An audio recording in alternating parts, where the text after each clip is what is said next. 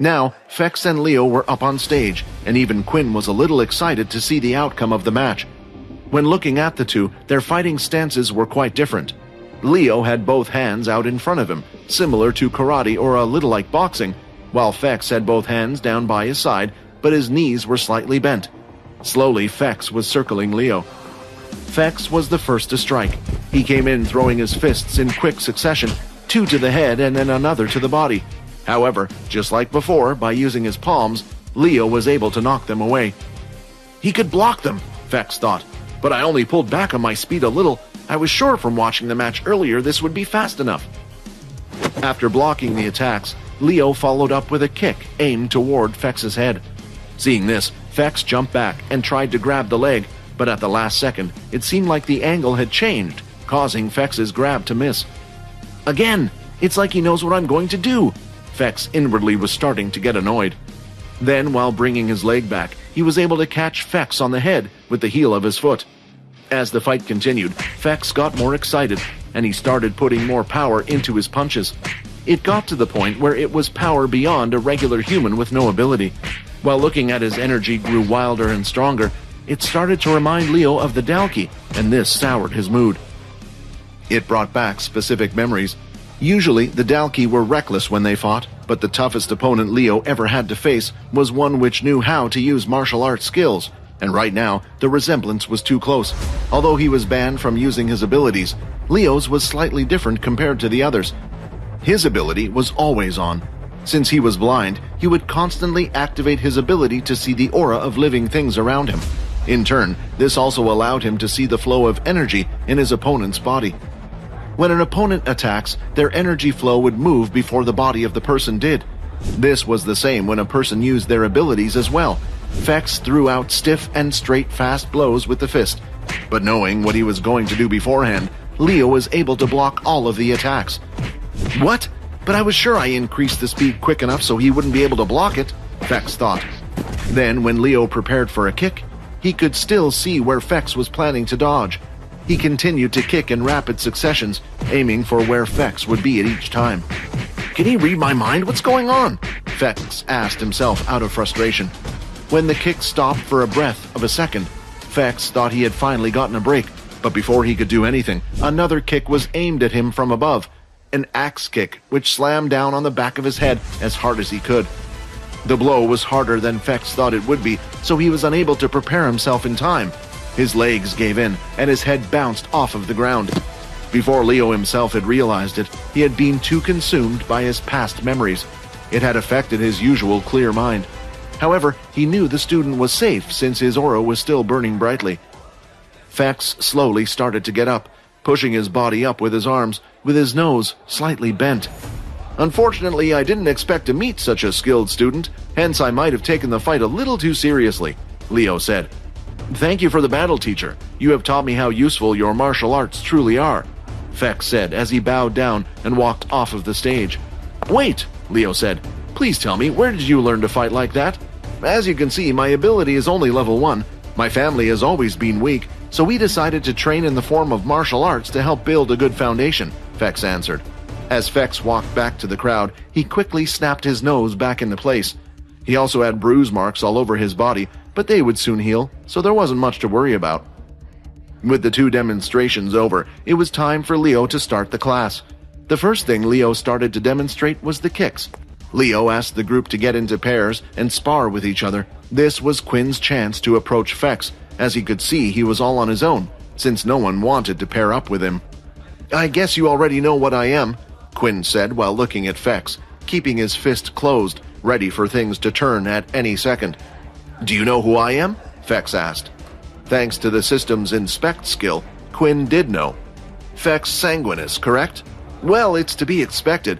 I thought maybe my fame was starting to die around the other families, Fex said, swiping his hair back. I remember you saying that if I needed any help, you would offer your hand. Quinn then took in a deep breath. I need you to help me with the ghoul problem, the one that you captured the other day. Fex then smiled. I thought as much. He had seen Quinn use his shadow ability. It was an ability that other vampires hadn't used in years.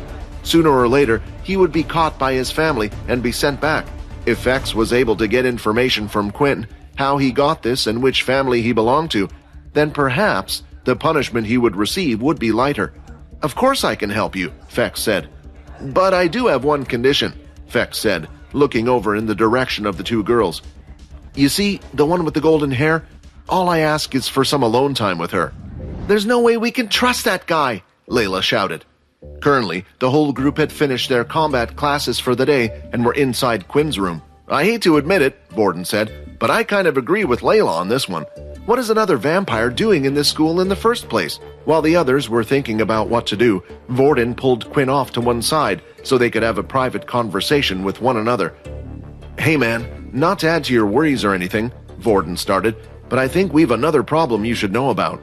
Borden then went on to explain how a few of Duke's men had come up to Peter in their training session, and how they had asked him to learn the level 4 ability by the end of the week. Then we have no choice, Quinn said. We don't know if Duke is going to keep a closer eye on Peter or what he plans to do. If we don't get Peter off this new diet as soon as possible, then we might have a serious problem on our hands. If it's about trusting the vampire boy or the Duke, I think right now I trust the vampire more. It was a calm day. Quinn stood there opposite Fex, behind the roof door. The door was slightly open as the four of them peeked to have a look at what was going on. Quinn said, We will be waiting just on the other side of that door, and if anything happens to her, we will— I know, Fex said with a yawn. And about the ghoul problem, you promise you'll help us straight after, right? Quinn asked. I already have it sorted, Fex said confidently. Just a fair warning, she knows what you are, so she will be cautious, Quinn replied. Looks like you're breaking rules all over the place, Fex said. I guess it isn't a problem if you plan to turn her eventually.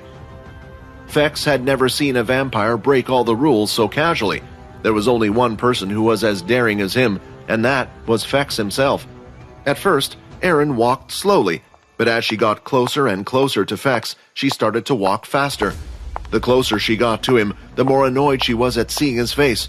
I thought I had already warned you. If you were to mention what you saw in the library, I would teach you a lesson, she shouted. Hearing Erin's words, Fex was a bit confused. He could tell she was angry, but apparently it had something to do with their last meeting. Wait, it couldn't have something to do with that book, could it? As she charged forward, her face had now gone bright red once again, and she pulled out her sword, but suddenly her movement started to slow as she felt something wrapping around her legs and arms. When she looked at Fex, she could see him doing something with his hands. The string-like substance continued to tangle all over her body. Finally, she was completely restricted and could no longer move. Erin was not at the level where she could use the ice abilities with just her mind. She still required small movements with her hands to activate her ability, Fex said. Anyway, hear me out. During my time here, I need a puppet as well as a food source. Now, since you decided to punish me in the library, you have the grace of becoming both of those things. I'm not becoming your puppet, Erin shouted. I'm afraid you don't have much of a choice, Fex replied as he stabbed 12 needles in her back. What did you do to me? Erin asked. I wanted to show you what being my puppet means, Fex replied. Erin went to swing her sword and moved about, yet it seemed like her movements were back to normal. Whatever you did to me, get rid of it now! She lunged forward and swung down her sword. However, as she did, Fex moved a single fingertip, and concurrently, the course of her sword changed, missing the target and merely swinging to the side. My body! Did it just move on its own? It was a strange feeling for Erin to suddenly lose control like that. He was now moving his fingers at an incredibly fast speed, and for every different action that he did, it would move Erin's body. While her movements were soft and flexible, as if she was dancing, it was swordsmanship that she had never seen before, one that surpassed her basic skills that were unrefined. What is Erin doing? Layla asked. I thought she would be attacking him, but she looks so beautiful. I don't think it's her look, Borden said as he pointed at Fex, who was at the back, moving his hands and fingers. You're a lot better than I thought you were going to be, said Fex. It looks like I was right to choose you. When Fex had seen enough, he detached the strings that were on Erin, and she suddenly stopped right there. Now that I have shown you how my swordsmanship works, it's time that I get something in return.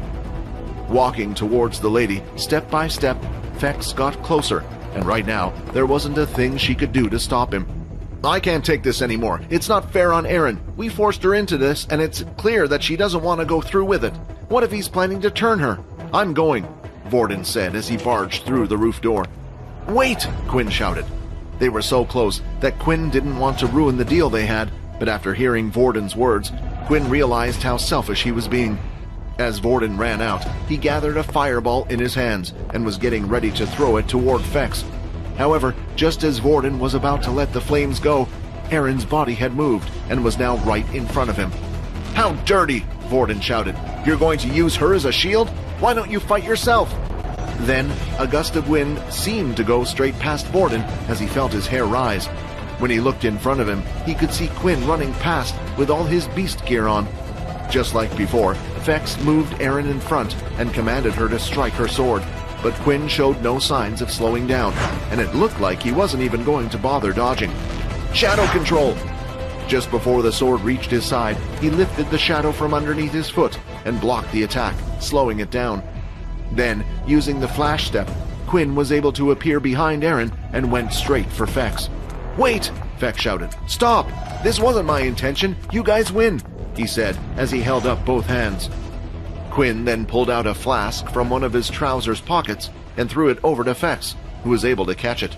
If you need more blood, then you can just come to me, Quinn said. Just leave us be, and I won't get in your way and obstruct your mission, so you shouldn't get in the way of mine. Look, I didn't want to sour the relationship between us two. As I have said, this is all a misunderstanding. Did I ever hurt her? You took control of her body and you forced her to attack me, Vorden said. Just get rid of whatever you put into her body. In that way, you won't be able to control her again. Looks like I've hit a nerve there. I didn't realize she was already taken, Fex said. As fellow vampires, we should be looking out for each other. As a sign of our friendship, I shall do as you ask and remove the needles.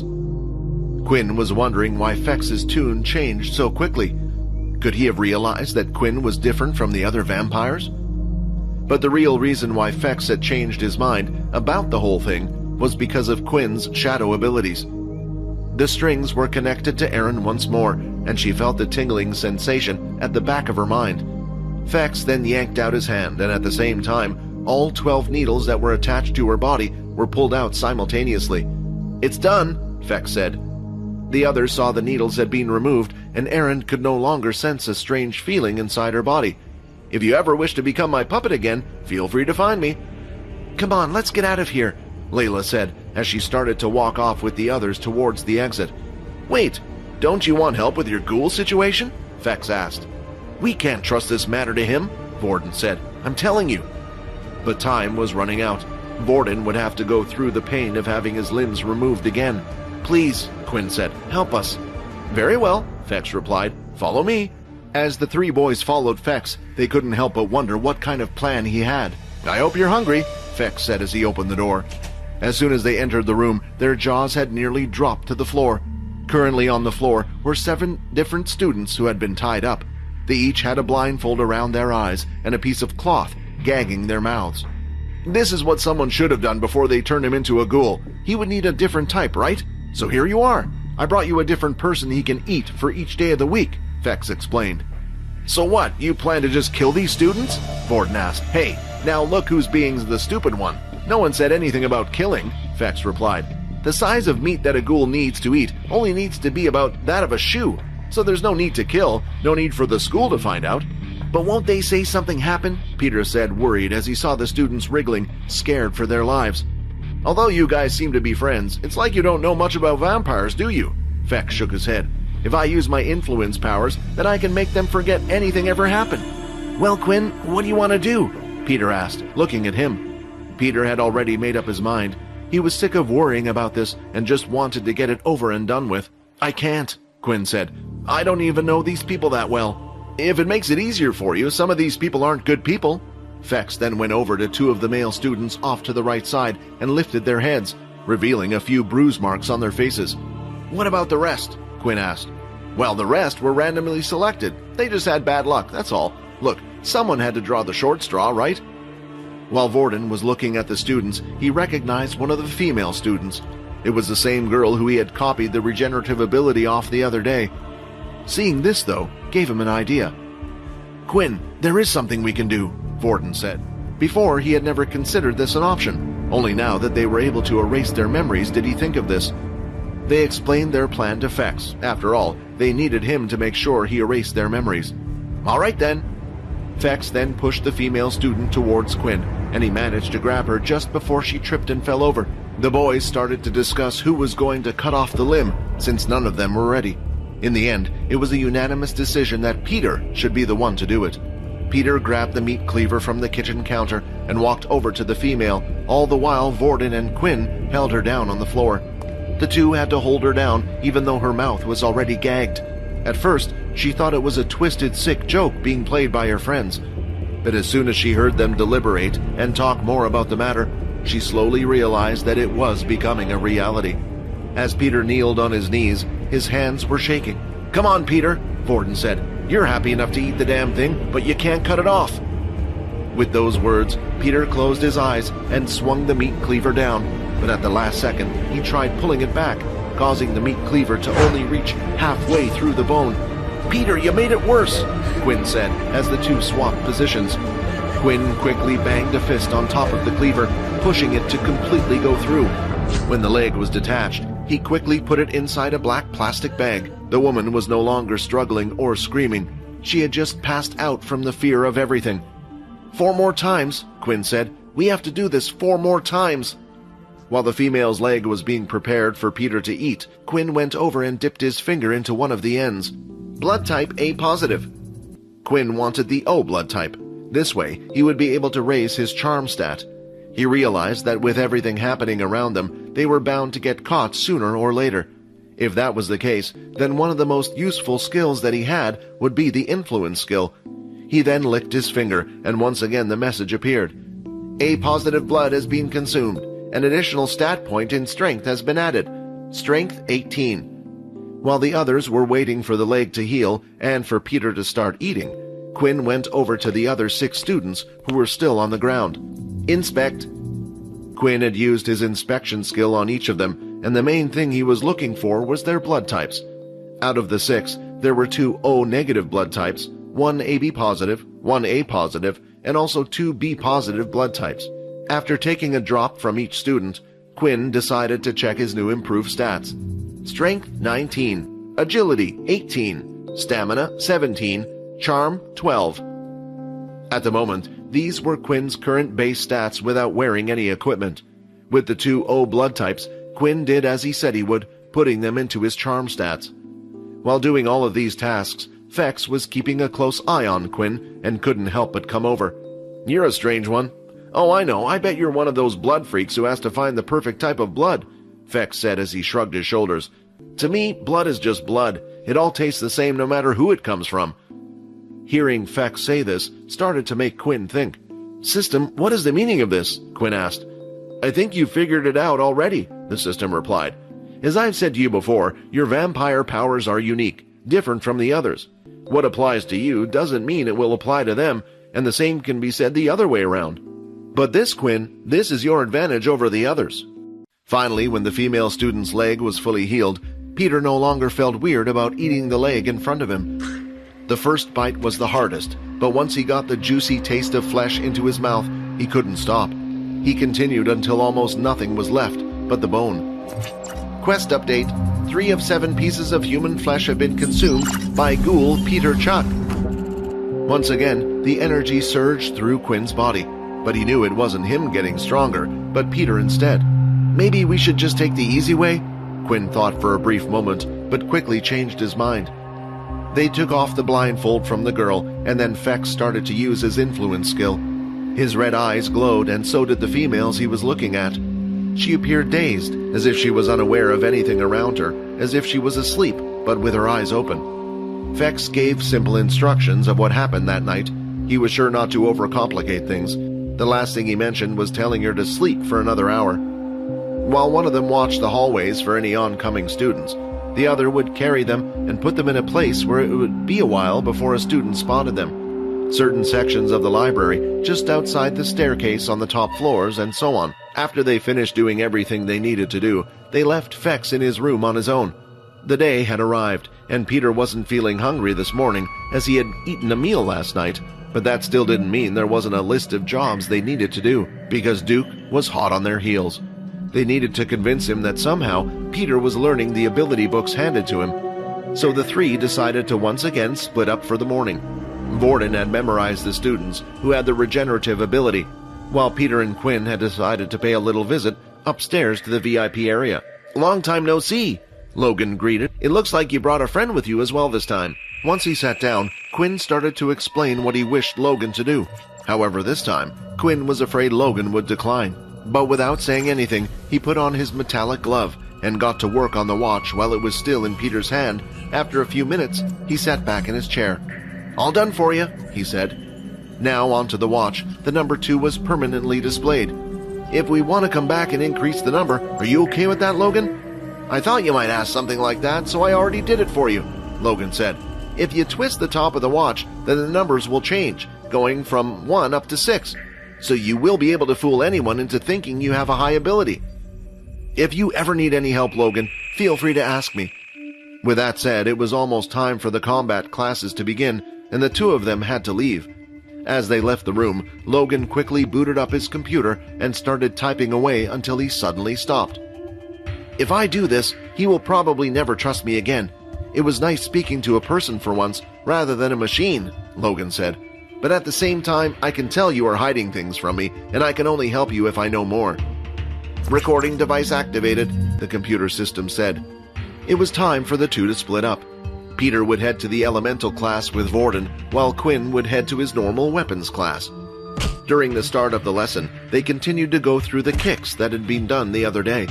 Quinn worked on perfecting them, while in his head imagining the feeling of blood swiping going through his legs. It was too bad his mind had been preoccupied with other things. Otherwise, Quinn would have loved to test it out right now. While practicing, he noticed once again that Fex was standing by his own. Seeing this, Quinn decided to approach Fex. "Hey, do you want to spar?" Quinn asked. Fex got up from the floor and looked around him, noticing that there was only one person, Quinn, who was speaking to him. "Who, me?" Fex asked, tilting his head a bit. Quinn nodded. "Maybe I can use my full strength against you this time." "Yeah, right. But if you insist on an arse kicking, then I'll be happy to give you one," Fex replied with a smile. Fex was a good fighter, and Quinn was hoping to learn from him. If in the future he did become his enemy, it would be useful to learn how not only he fought, but how others fought as well. The two of them sparred using the kicking techniques only, and Leo also noticed that Fex could perform the kicks quite well. It seemed like he was performing them badly before just because he didn't want to. Still, the two of them knew not to show their true strength or speed, otherwise the others around them would start to get suspicious. While Layla and Aaron were practicing their kicks against each other, Layla noticed Aaron was incredibly distracted and was constantly looking over where Quinn and Fex were. She was never interested in Quinn before, even after learning he was a vampire, so it had to mean she was looking at Fex instead. After last night, she tried to repeat the movements while she was under control multiple times, but they just weren't right. She wanted to feel them one more time. She felt like she was close, but something was just missing. But as she looked at Fex's face, it filled her with disgust. She would never allow herself to be controlled by another person. In another training hall, the elemental class was taking place again. Vorden and Peter did their usual thing, keeping their distance from one another, but at the same time not too far. So far, the whole lesson had passed without anything happening, and it was only in the last part that the same men that approached Peter the other day had approached him once again. "So, Peter, I see you finally reached the level 2 Earth ability, but your progress is a little slow, don't you think? The Duke wants to make sure that you progress as fast as possible, and the easiest way of doing that is through a practical assessment." Although Vorden wasn't close enough to hear what they were saying, he was able to tell they were in some sort of trouble just from the look on Peter's face. Then, when he saw them walking off in a certain direction and clearing a space around the two of them, Vorden knew what was happening. They wanted to test his abilities, while Peter had no abilities. In one of the corners of the room, Peter had been taken by Bones, a tall, skinny student who also had two other students by his side. They each formed a triangle-like position, with Bones in front of Peter, while the other two stood behind him. "All right, Peter, it's time to see what you got," Bones said. However, Peter was far too nervous to hear Bones properly and was thinking about what to do to get out of this mess. "Why did these guys have to come and get me now?" Peter thought. These guys are still trying to ruin my life. Well, if I'm going to get caught anyway, I should just kill them." Just then, Peter managed to catch Vorden walking up from behind them and then walking to the side. "Come on, Peter, are you ready or what?" Bones shouted as he was starting to get agitated. Vorden was now standing next to them. He started to perform certain moves, and earth pillars and walls were created as he performed these moves. "Does he want me to copy him?" Peter thought, but just as he was wondering, he felt a blunt object hit him in the stomach. When he looked down at what had hit him, he noticed it was an earth pillar. "I don't have all day, you little twerp," Bones shouted. Peter was surprised at how little the attack had hurt, but knowing the others would expect a reaction, he held his hands around his stomach and started to hurl forward. Peter then looked at Bones and started to copy each action Vorden was doing. First was a step on the ground. An earth wall was then lifted from the floor. Vorden made sure to create a small one, trying to mimic a level 2 user. Peter then threw out his palm, imitating Vorden, and the earth wall formed a worm-like shape. "Is that enough for you?" Peter asked. An earth pole was formed into Bones' hand, and he whacked Peter right across the face, leaving a large red mark. "That's for wasting my time. If you did that in the first place, we could have gone home already," Bones said as he started to walk away from the others. "Peter, make sure you reach level 4 in time, or else." As the three were leaving, Peter could do nothing but watch them go. He hated the fact that even though he now had the chance to fight them, he had to hide that fact. Once classes were over for the day, Vorden and Peter met up together in the library. "Okay, so, do you remember the plan?" Vorden asked. "Tonight, I want to try to get all 3 of those regenerative ability users. There are 3 places where we can most likely get them. At dinner, we can follow them just outside their dorm room or before they return to their homeroom classes. All we have to do is convince each student and lead them to Fex's room to deal with the rest." "What about the other?" Peter asked. "If I'm not satisfied after these, then does that mean we're going to have to kill more?" "We will leave that to Quinn." Logan had heard everything. After hearing what Peter and Vorden had said, Logan felt like he needed more information before coming to a logical conclusion. The words that stuck out most to him during the conversation were, "kill again." Logan then proceeded to log on to his computer and started to access the school servers. A few moments later, he was into the school system. Since the new school semester started, there were a total of 2 students dead that had been reported, one named Brandon and the other named Earl.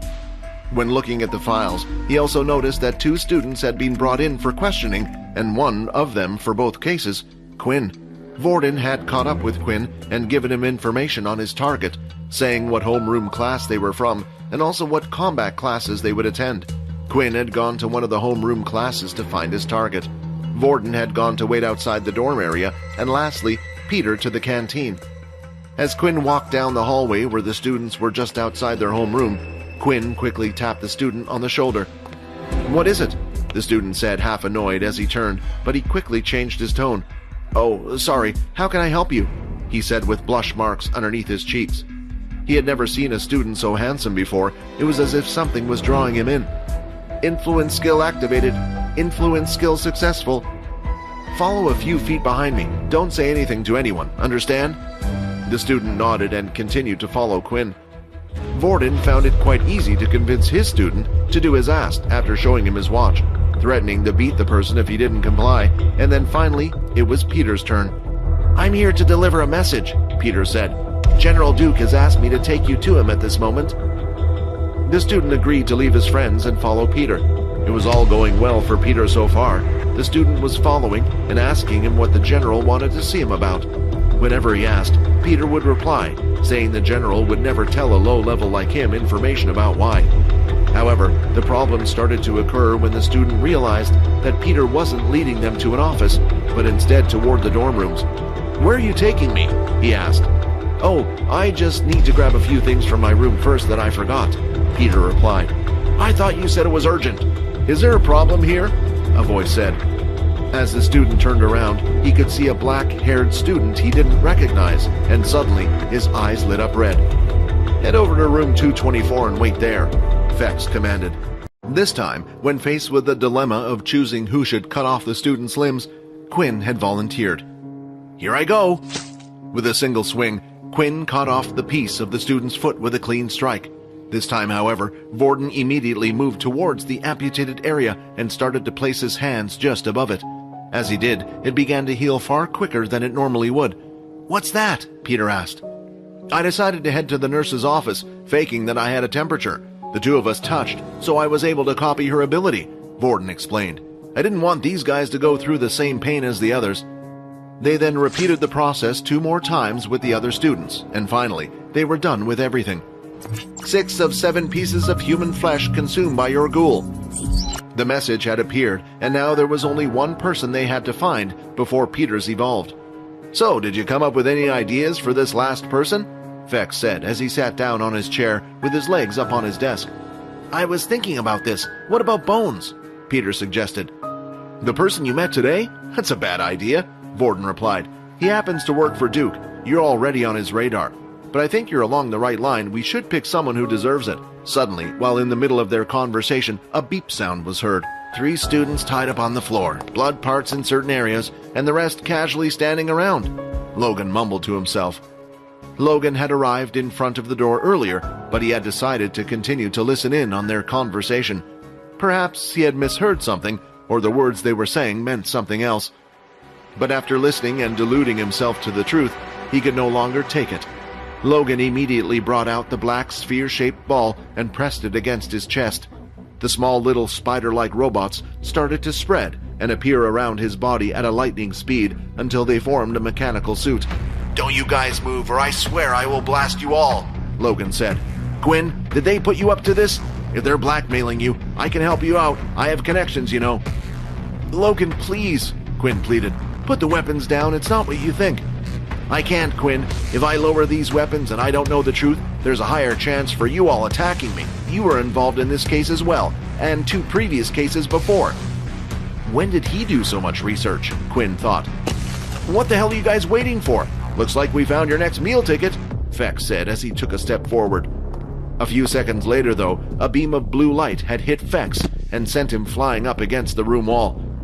"I did say that nobody should move," Logan said. "Logan, please just give us a chance to explain." At that moment, Quinn had taken a step forward. Logan automatically reacted to this and fired once again. Quinn felt something like this might have happened, so he was prepared. Suing the shadow, he lifted it to block the energy shot, stopping it midair in the shadow. Then, moving out of the way, he moved his shadow with it, causing the shot to smash and go straight out the window. "We seriously need to stop wrecking these rooms," Vorden said. "Quinn, I need an answer for all this, and one that makes sense. You'll understand when I explain everything. I wanted to tell you, Logan. Do you mind if just me and you speak alone?" Quinn asked. As Logan looked around the room, he realized that it would be the better option to just talk to Quinn. "Give me your neck," Logan demanded. "What? Why?" Quinn asked. "If you want me to trust you, then give me your neck," Logan said once again. Quinn did as asked and walked over while bending down slightly. Then, when Logan touched Quinn's neck, a part of his suit started to move and form a type of collar around Quinn's neck. "If you try anything funny, that collar will explode," Logan said. The two of them left the room and headed upstairs to where Logan's room was located. After they left, Fex started to get up from the floor, and around his chest area, a burn mark could be seen. "Who would have thought that little twip would have been so strong?" Fex said as he touched his chest area. "Do you think Quinn is going to be okay?" Peter asked. "We have to deal with this problem first," Vorden said, pointing at the students on the floor.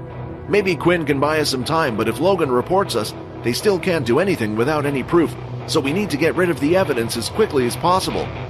The 3 of them nodded and got to work. Quinn and Logan were inside their room. Quinn was struggling to think about how to explain this to Logan. Not only that, but if he would believe him, and how would he react to the truth? While deep in his thoughts, an unexpected voice in his head was heard. "Let him touch you again," the system said. "His ability, I think I've figured out what it is. If you touch me, then it will allow me to speak to him. Logan, if you touch me, then the system will be able to explain everything. It will all make sense." "I'm putting my trust in you one more time," he said, as Quinn went over with his hand held out. When the 2 of their hands connected, instead of normal system message, Logan was able to speak clearly to the system. The system was then also able to show images of everything that had happened to Quinn so far, including all of the conversations they had. Then, after a few minutes, Logan let go of Quinn's hand. He then raised it and touched the collar around his neck, removing it, before sitting back down in his chair. "What happened?" Quinn asked. I understand why you did what you did, Quinn. I can't blame you, because in a way it was the only thing you could do. The two of them sat there for a while. You know, Logan said, I can help you with your problem. Problem? Getting the human flesh. There is a way, Logan replied. I propose we all head upstairs to my room, because I have a solution to your little eater problem. Follow me. Logan left the room and Quinn followed behind while signaling to the others that it was all right to do so. You guys can go ahead without me, Feck said. I've done my part, so there are no more favors in between us. The boys, except for Fex, had finally made it into Logan's room and made sure that the door was firmly shut behind them.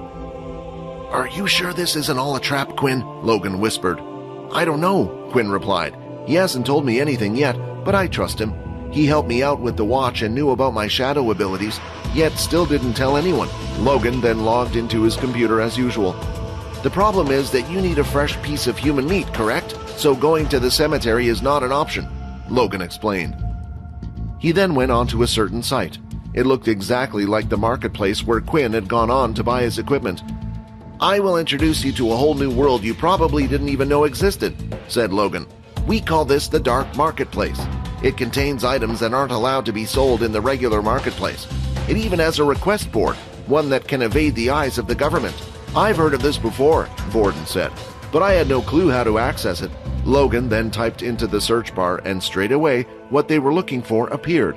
The words could be seen, fresh human flesh available now, cut less than 24 hours ago. Quinn started to read the description and found something strange.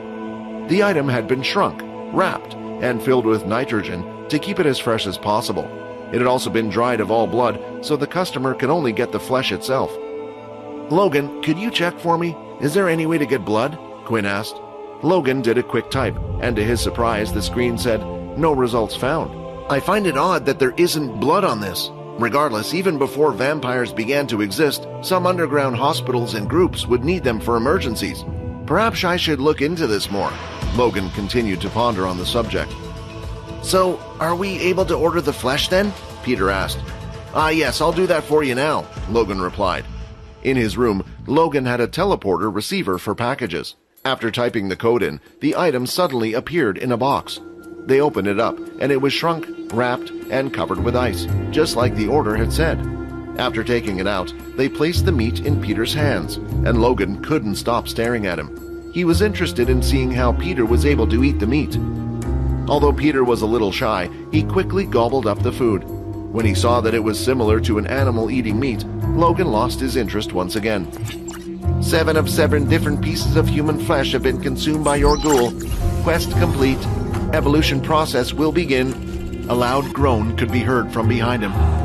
Peter, what's wrong? Are you okay? Borden said, with a worried expression. Peter was clutching his tummy with both hands. He felt like a fire was spreading out from that point all over his body. Guys, give him some space, Quinn said. He's evolving. I don't know what he'll turn into or what's going to happen to him next. All of them stepped back to give Peter some space. The groans coming from Peter were getting louder, and he started to shake all over. As they nervously watched Peter, they started to see visible changes in his body. His skin began to shrink and tighten and turn white all over. He didn't look sick or weak. The scene reminded Borden of what Quinn had looked like before his evolution into a full vampire.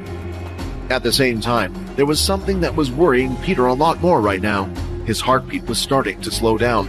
With the pain on top of this, he thought perhaps he was dying. However, even though his heart wasn't beating anymore, he could still feel everything, and it didn't feel like he was dead at all. Then finally, his heartbeat had stopped entirely, and at the same time, so did the pain. Congratulations! Your ghoul has successfully evolved into a white. Blood ritual skill has evolved. 1 of 3 slots remaining for the cursed family. As Peter stood up from the floor, his face looked more sunken in than before, and his skin was slightly paler. Tell us your age, name, and where you are, Logan shouted. I don't answer to you, Peter snapped. I will only answer to one, he said, pointing at Quinn. Quinn then repeated the question. Peter Chuck, 16, and we are inside Logan's room, sir. Satisfied with the answers, Logan put his hand down, but also made sure not to take the mechanical weapon. Inspect. Name, Peter Chuck. Race, white. Stats will correspond with creator until it reaches its limit. Seeing the last bit of information had given Quinn a surprise. This meant right now that Peter had the same stat points as Quinn. He was just as strong and just as fast. "What is a wight, though?" Quinn asked. "An undead creature which is fast and sneaky in the night. They are best used as a form of an assassin. Wights have a high level of intelligence, similar to humans, although their personalities could not be said to be the same. They are lawful to their creator, but once they see someone as their enemy, they will do everything in their power to get rid of them.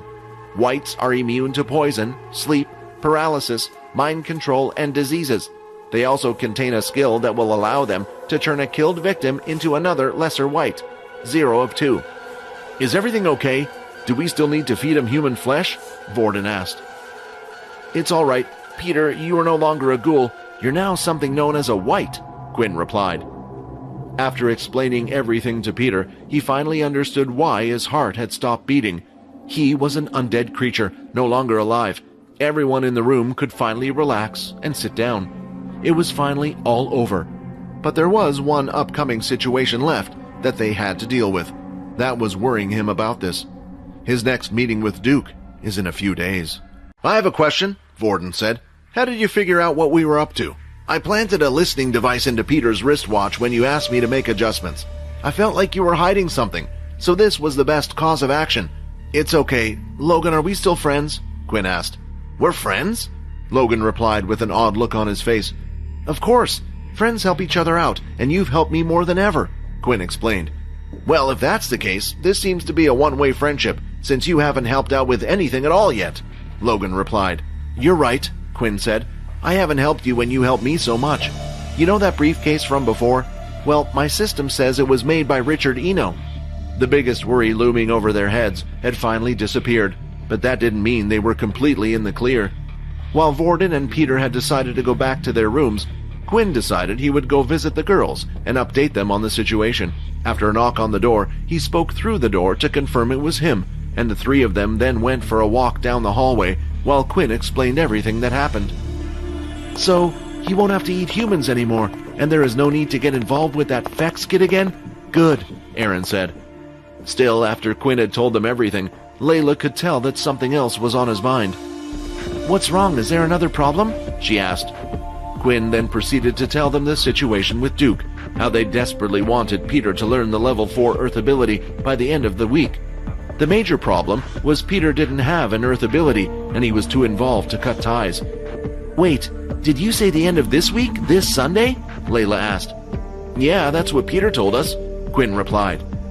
Layla was visibly shaken after she heard this news, but she forced her facial expression to remain neutral. The message she had received from one of the Pure agents was True Dream would be coming at the end of the week. One of the Pure group's biggest targets was True Dream. He was the whole reason why the military was able to keep such a strong grip on everyone. The reason why he was coming, of course, was to take students' abilities from them and add them to his men. And Peter had been selected as one of the targets. The sun had finally risen. A few people around the school had struggled to sleep through the night, and Layla was one of them. Throughout the whole night, she had been pondering how to inform the others. Every term, True Dream would visit a different military base. However, it turned out that he had visited a particular one more often than the others, and that was Military Base 2. This was the reason why Layla had been sent to this place. Something strange was going on with Military Base 2. They hadn't been able to figure out what yet, because so far, every agent they sent had disappeared. Thus, they decided to do things differently this time. So instead of sending a grown-up, they decided to send an agent, who was at the age of the draft, a student.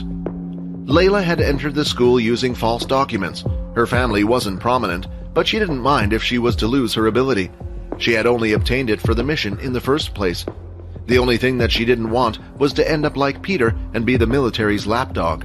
She needed an outside person, where she could observe everything that was happening without getting involved. With all things said, she didn't have to warn them about what could happen, but Layla wanted to. The question left was, how should she go about explaining what she had discovered? The morning combat classes had started, and Layla had wanted to team up with Quinn, hoping she would be able to get a hint on what they were planning with Peter. Unfortunately, before she could even reach Quinn, he had already gone off to Fex. "What are you daydreaming about?" Aaron shouted. The two girls continued to train together using the leg techniques, but a slip in Layla's concentration caused her to drop her guard. She wasn't able to lift her knee in time, as how she would usually during practice, and instead, Layla took a full-blown kick from Aaron to her side. "Ouch!" Layla exclaimed as she dropped to the floor while gripping her side. "What's wrong? We have practiced that kick so many times. I was sure you would be able to block something like that," Aaron said as she walked over and offered her hand to her fallen comrade. Layla lifted her hand to grab Aaron's, but the pain on her side hurt even more. Furthermore, she noticed a stinging pain arise every time she breathed. "What the hell? I knew your sword skills were monstrous, but where did you get such strength in your kicks? I think you broke one of my ribs." "Would you stop complaining?" Aaron said as she knelt. "Can someone call the guard and take her to the doctor's office?" Leo said. Aaron then lifted Layla from the ground, allowing her to use her shoulder for support. "Don't worry, I'll take her," Aaron said. The two girls then started to leave the room together. As they were walking, Layla couldn't help but feel useless and pathetic. "Would you please stop crying? I didn't mean to hit you that hard. You usually block something like that," Aaron said, in an attempt to comfort Layla. Layla didn't even notice, since her thoughts were so muddled that tears were now slowly descending from her eyes. She wiped them away and simply put on a brave smile. "Oh, it's not that. I was just thinking about how useless I am to the team whenever we're in a fight," Layla said. "Well, you're not wrong about that," Aaron replied, not realizing how harsh she sounded. Although Aaron was right, it still hurt Layla to hear it straight from her mouth. "But you help in other ways. You were the one who thought about that blood bowl, remember? I can't say much, but honestly, if you weren't there to hold me back sometimes, I would have already shoved a few spikes up the boys' backsides." Layla laughed. "Aaron, this is kind of a strange question to ask, but are we friends?" Back at the training hall, the lesson had just finished for the day. "Hey, I know this is kind of strange to ask after everything that happened between us, but what are you planning to do after this?" Fex asked. "Me? I was planning to go to the VR gaming room," Quinn replied. "VR gaming room? What's that?" Fex asked, with a little bit of excitement in his eyes. "I can show you if you want. You want to come along?" "Well, I mean, if you want me to come that bad, sure," Fex replied. Fex was standing casually outside in the sun, and Quinn could see it didn't affect him at all. While Quinn had to prepare his trusty umbrella, seeing this, Fex couldn't help but giggle at the thought that Quinn looked like an old man. "What are you doing with that old thing?" Fex asked. "Do you not have a ring?" He lifted his hand, showing the small ring. Quinn was now close enough to see that it did look like the one in his shop. Quinn didn't know how to reply to Fex. The system had informed him that one of these rings were the basics of vampires. "Oh, I see now," Fex said. "You're one of those vampires raised here on Earth, aren't you? Trained to blend in and report back? I guess that's why you didn't go through the formal initiation and don't have one of these." "Was the initiation hard?" Quinn asked. Fex started to laugh nervously at this question. "Was it hard? Of course it was hard. Yet I was one of the youngest vampires to ever complete it. You see, the initiation is getting the materials for the ring itself. A young vampire must go out and slay 10 death bats." Fex finished, a little bit depressed. As they continued to walk to the VR center, Fex looked at his ring and felt a little guilty. He had lied to Quinn just now. He hadn't earned the ring like he said he did.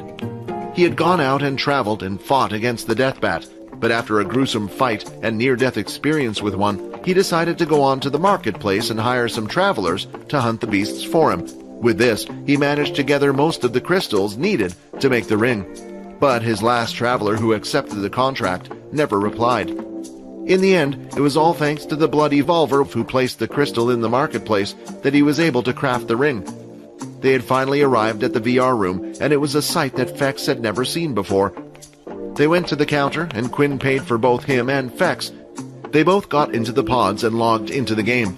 Fex's whole mind was then transported to the large, empty white lobby space. Just as Fex was in deep thought thinking about it, he had received a friend request. "User ID Blood Evolver would like to add you."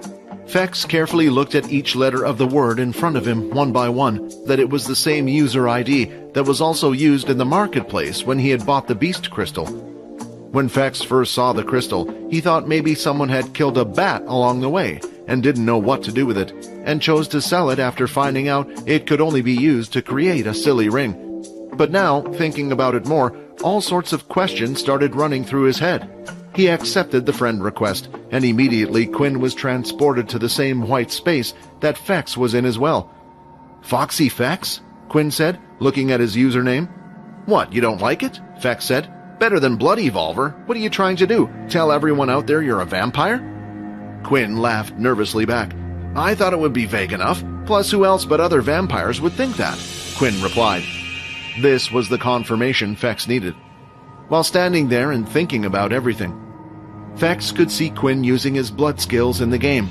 Not only that, but he was able to use them constantly without getting tired. "What is that?" Fex asked. "This?" Quinn replied. Quinn then explained how while in the lobby of the game, they were able to practice using their vampire skills without tiring out. After trying out a few skills here and there, Fex had a big grin on his face.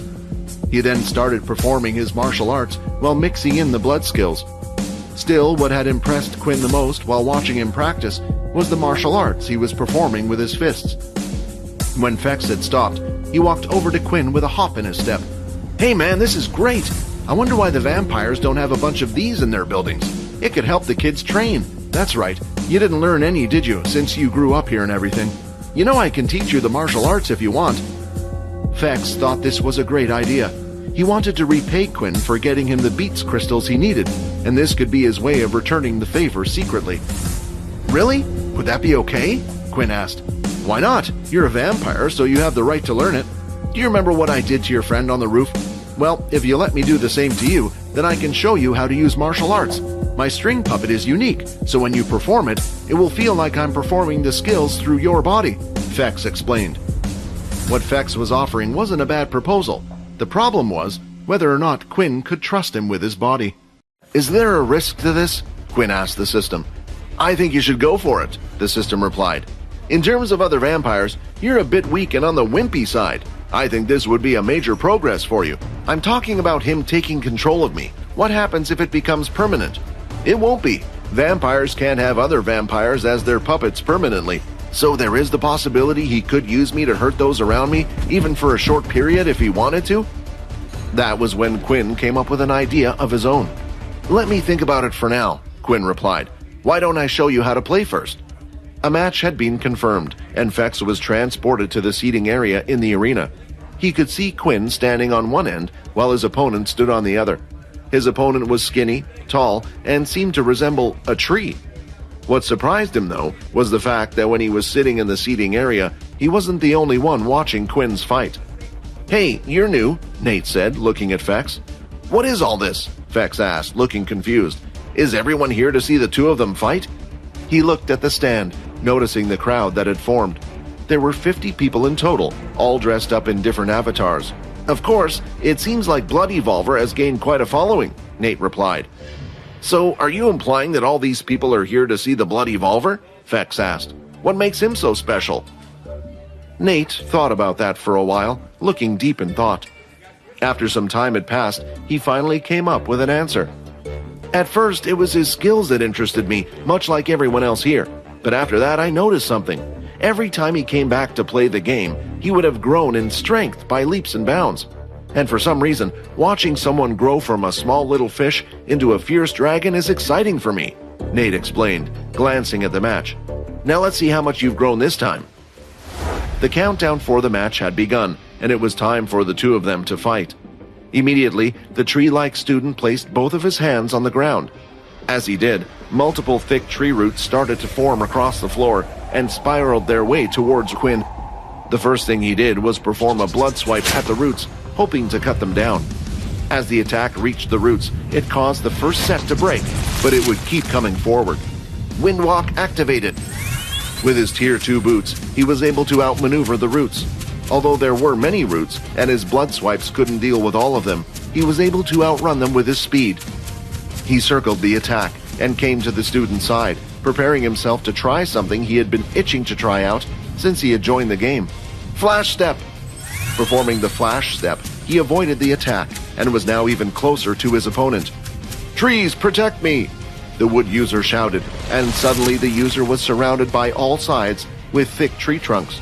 It was as if a forest had suddenly sprouted in the middle of the battlefield. "This is perfect," Quinn thought. Stopping in his tracks, he firmly planted both feet on the floor. Then, from his toes, moving up to his hip, he swung out his leg like a whip. A single large line of red energy left with it, shaped like the crescent moon. It was far larger than that of his regular blood swipe. As it hit the first set of tree trucks, it managed to slice through them with ease. The tree user ducked down in time, avoiding the attack from cutting his head off. But Quinn wasn't done yet.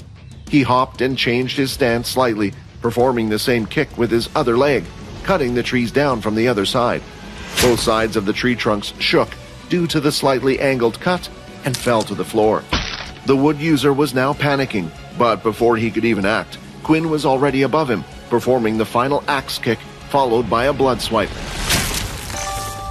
Level 4 opponent has been defeated. 10 EXP gained, 80 of 100 experience points.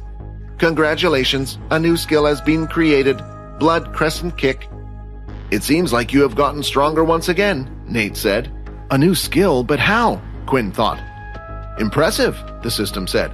It seems like you managed to create a unique skill. This is a skill that you made all on your own, one that was not part of the system originally. Fex, having witnessed the whole thing, was quite amazed. Did he come up with that skill himself? Yet, he doesn't even know the basic hand-to-hand combat of the vampires. As he was deep in thought, he heard a laugh by his side. Looks like another one has been converted into a fan, Nate said. You wouldn't believe it, but every time he fights, he shows me something new. This kid is growing stronger fast. Every time? Fex replied. Are you sure he didn't just use these skills before? I'm positive, Nate replied. If what Nate was saying was true, Quinn was getting stronger at an incredibly fast pace, one that hadn't been seen throughout the history of vampires. Perhaps he is related to them. But I thought they all died out. If it's true, it would make sense why he has the shadow ability. Did they just move to Earth instead? Just as he was leaving the game, he had received a single message from Nate. I'll see you soon, and make sure you join the fighting event. Quinn knew exactly what he was talking about. The upcoming military base event.